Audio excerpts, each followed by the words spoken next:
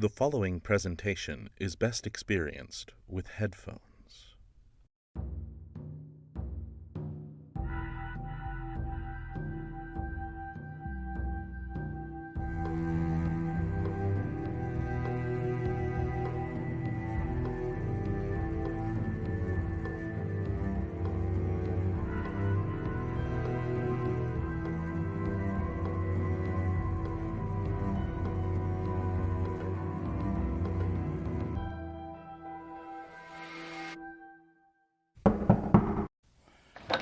Welcome back, honored guest, to the House of Branching Paths. As the new members of the Circle are settling in here at the house, the Circle has decided to convene in the garden for some fresh air. Please follow me and I will lead you to them. The Circle's increased membership has been a hot topic among many of the realms, and I wouldn't be surprised if that brings increased attention and curiosity from many directions. Not all of this talk is well-intentioned, however, so please keep your attention on me and do not get distracted. Most especially since I still have not resolved what is happening with Nan. She seems to be pulling away from all of us. You may have noticed that it is taking a bit longer to reach our destination than usual as well. Normally the halls lead to wherever I wish to go, but something has seemed a bit off recently, as if something is fighting against me. But that isn't something for you to worry about, honored guest. After all, it is probably just growing pains as the house expands to meet the needs of the new Circle members. And though it took a few moments more, we have arrived. I leave you now with the Circle. Honored guests, welcome. Oh, my dears, I'm so glad someone's happy to see me. You'll have to excuse Lady Morgana's melancholy, honored guests. You see, Nan, our house ghost, has been gone for quite a while now. Morgana finally came across her in the hallway to the enchanted forest. Morgana went to retrieve her, to help her before she was lost to the realm. But like some hosts I've read of, Nan ran off, not to entertain Lady Morgana's conversation or help. I think I could help Nan if we could just make contact. I agree with Lana, but we aren't entirely sure where she is. I've never had a ghost as a roommate. Is she able to disappear? She never has before, unless she is using pathways from the house to the other realms. Could she do that? Not unless she had a guide. Does Nemo, your butler, know the realms? Nemo would never put Nan into danger like that. She has to be acting of her own merit. Which would not be good either. Nan doesn't know the dangers of traveling to otherworldly places. Traveling itself is something I am still discovering. I wonder if Nan is having a similar experience. Have you remembered more? I had previously thought the only possessions I had were the ragged clothes on my back when I awoke at the crossroads, but I discovered this tattered book containing many stories here in my pocket. I read through it, in the hope that I may find some sense of myself and my life, but the stories all seem to come from different places and times, familiar, but not my own. And I see now one of those stories being given to us by the flame. You're right, my friend. I do believe I see the crackle of a story on those flames. The fire burns bright, with stories ever knowing. A story of a fellow traveler to otherworldly places. A story in 4 parts, of which we will be telling the first. First published anonymously in 1726 by Irish writer Jonathan Swift. The original publication was titled Travels into Several Remote Nations of the World in 4 parts. But, honored guests, you may know it better by Gulliver's Travels. On the 5th of November, Lemuel Gulliver set sail with his crew. After sailing the course of the sea, the crew spied a rock in line with the ship. The wind was so strong, they were driven directly upon it, and immediately split. Gulliver departed from the sinking ship. Let us hear his account. For my own part, I swam as fortune directed me and was pushed forward by wind and tide.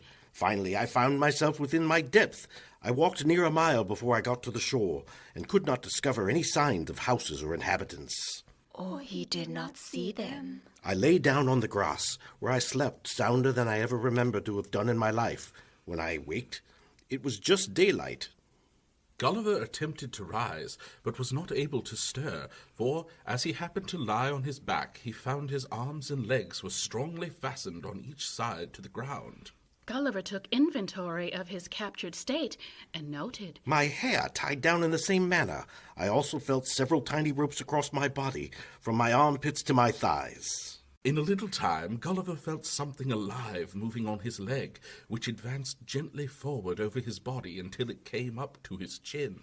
Gulliver bent his eyes downwards as much as he could and perceived it to be A human. This creature was not 6 inches high, with a bow and arrow in his hands and a quiver at his back. Gulliver then felt at least 40 more of the same kind following the first. I was in astonishment and roared so loud that they all ran back in fright, and some of them, as I afterward was told, were hurt in the falls they got from leaping from my sides upon the ground. They soon returned, and one of them, who ventured so far as to get a full sight of his face, cried out in a shrill but distinct voice, Amazing! The others repeated the same words several times. Amazing! Amazing! Gulliver attempted to get loose once more. At length I had the fortune to break the strings and wrench out the pegs that fastened my left arm to the ground. I loosened the strings that tied down my hair on the left side, so that I was just able to turn my head about 2 inches.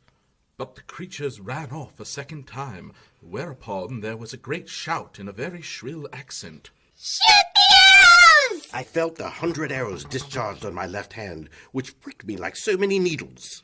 When this arrow deluge was over, Gulliver attempted to get loose once more, but They discharged another volley, larger than the first, and some of them attempted with spears to stick me in the sides. I thought it to be most prudent to lie still. After a while, Gulliver heard a Knocking.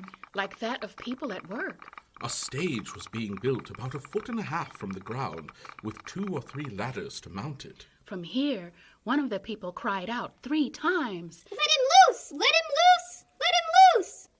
Immediately they came and cut the strings that fastened the left side of his head, which gave him the liberty of turning it to the right, and of observing the person that was to speak.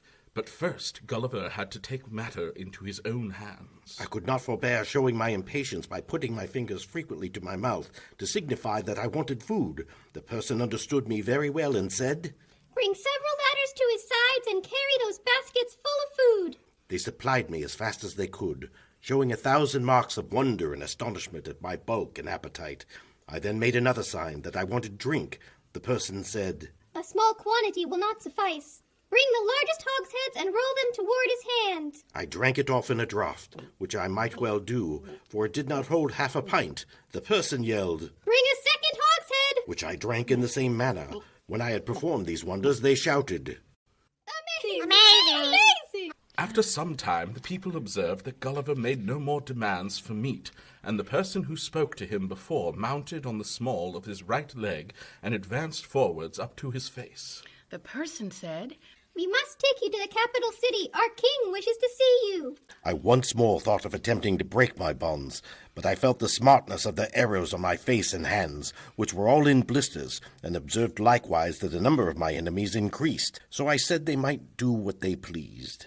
Wonderful. Off to the king. The people were most excellent mathematicians, and had several machines fixed on wheels for the carriage of trees and other great weights. 500 carpenters and engineers had prepared the greatest engine they had.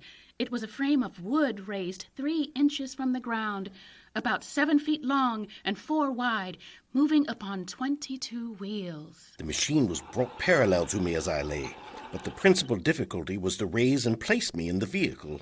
80 poles, each of 1 foot high, were erected for this purpose, and very strong cords of the bigness of pack thread were fastened by hooks to many bandages, which the workers had put round Gulliver's neck, hands, body, and legs.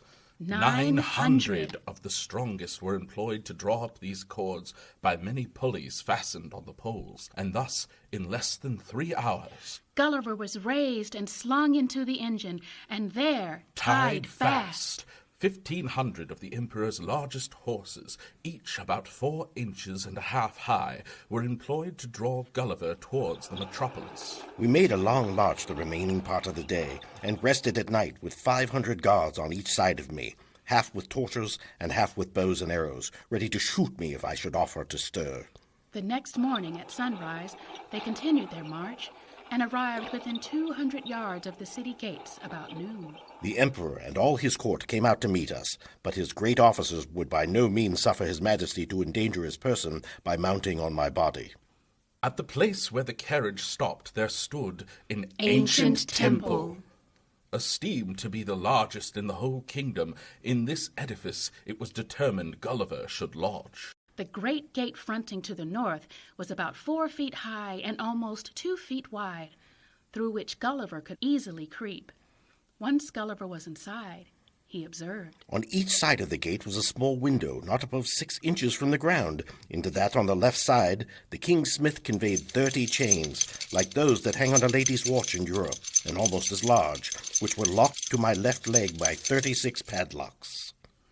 When the workers found it was impossible for Gulliver to break loose, they cut all the strings that bound him. Whereupon I rose with as melancholy a disposition as ever I had in my life. But the noise and astonishment of the people at seeing Gulliver rise and walk were the only sounds he could hear. The chains that held my left leg were about 2 yards long, and gave me not only the liberty of walking backwards and forwards in a semicircle, but being fixed with 4 inches of gait, allowed me to creep in and lie at my full length in the temple.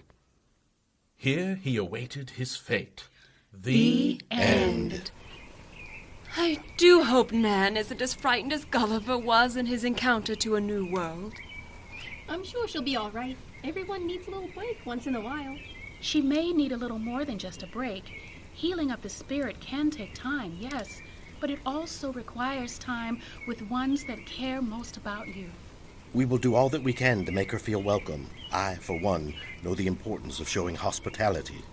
I just cannot seem to understand why Nan would be avoiding us. I thought she wanted more people in the house. Perhaps we are too late. Well, nothing cheers me up more than a good story. Maybe we can tell another. Traveler, didn't you say you had a book that arrived with you? Ah, yes. I have this tattered copy of stories. Do you think it could help us with Nan? Well, maybe not Nan, but it could help you. Asteria wanted to tell another story, and we may just find one there in your hand. I haven't opened it quite yet. I wasn't sure how to use it. Here, let me see. Aha! Here we are. Perhaps you are at a crossroads. Read what it says. Robert Frost? Indeed, a renowned poet by many for his depictions of ordinary people in everyday life. Well, this is no ordinary situation, or everyday life. Perhaps if you think of it that way, your new name will be revealed to you. All right, I will try. Which of Frost's works is it? A poem originally published in 1915 in the Atlantic Monthly, and then again in Frost's collections of poetry in 1916's Mountain Interval. The Road Not Taken. 2 roads diverged in a yellow wood, and sorry I could not travel both. And be one traveler long I stood, and looked down one As far as I could. to where it bent in the undergrowth. 2 roads diverged in a yellow wood. Then I took the other as just as fair, and having perhaps The better claim. because it was grassy and wanted wear, though as for that, the passing there there had worn them really about the same. 2 roads diverged in a yellow wood, and both that morning they equally lay. In leaves no step Had trodden black.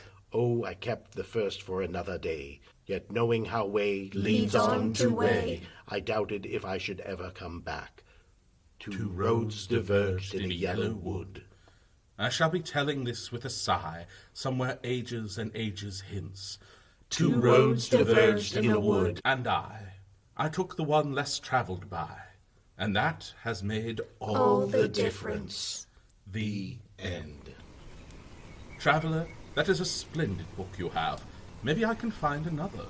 The way the flames are flickering, I know for now, honored guests, we must say goodbye. Yes, my friends. I do believe I see the crackle of a story on those flames. But for next time. The fire burns low, with stories ever glowing. Honored guests, come, follow me, for you must not stay at our house for too long. We do so enjoy your visits, but it is important to return you home, or you may become a permanent resident. Stay close behind, my guests, and whatever you do, don't answer any voices you may hear on the way out, especially Nan's. I believe I have been hearing her more frequently in these walls. But never you mind. That is something for me to discover. Until next... Oh my. Honored guests, we must turn back. No worries at all. I know all of the exits to the House of Branching Paths. It seems our regular exit way has disappeared. Come along. We must exit by way of the aviary tonight, but don't let that dismay you. There are countless other exits here. I know this house like the back of my hand. Goodbye, honored guests.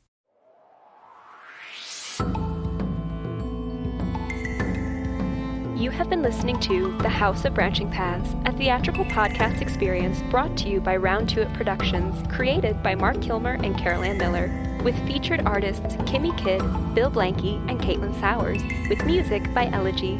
For even more content, join us on our Patreon, or for more stories like these, be sure to visit your local library. Thank you for joining us, honored guests, and remember, the fire may burn low, but the stories are ever glowing.